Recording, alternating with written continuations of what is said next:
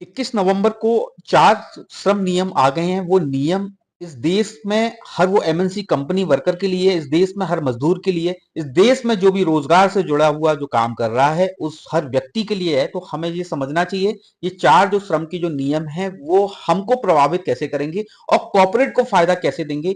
ये मैंने कुछ पॉइंट्स के जरिए आपको बताया। उस पॉइंट्स को बारीकी से आप समझना और फिर आप खुद से अध्ययन करके विश्लेषण करना कि इससे आपको फायदा होगा या नुकसान होगा और कॉर्पोरेट को इससे कितना फायदा होने वाला है। ये आप बहुत अच्छे से योजनाबद्ध तरीके से, सरकार ने किस तरीके से इस बिल से उनको फायदा दिया है, ये आप समझ पाएंगे।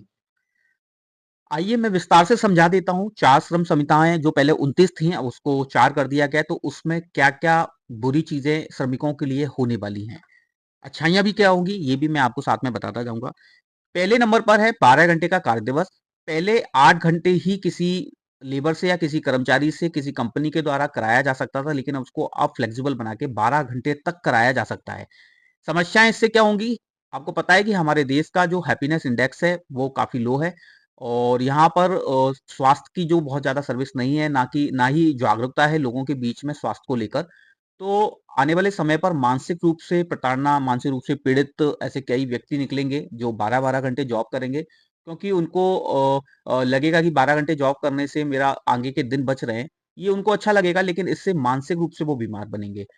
लेकिन इससे कंपनी को फायदा क्या होगा? अगर मान के चलिए किसी कंपनी का हफ्ते में पहले वो 8 घंटे काम कराती थी, लेकिन एक्स्ट्रा ओवरटाइम उसको आज थोड़ा सप्लाई ज़्यादा है, उसको ज़्यादा लेबर चाहिए, तो वो 8 घंटे के बाद 90 घंटे या 10वें घंटे में काम कराती थी, तो उनको ओवरटाइम देती थी। इससे बचत होती थी, उन व्यक्तियों को थोड़ा अलग से आय हो जाती थी। लेकिन अब कंपनी तय करेगी कि उसको किस दिन ज़्यादा ज काम की ज़रूरत है, तो वो अपनी लेबर से 8 घंटे से 12 घंटे काम करा के अपने जो ओवरटाइम का जो पैसा है, वो बचा लेगी।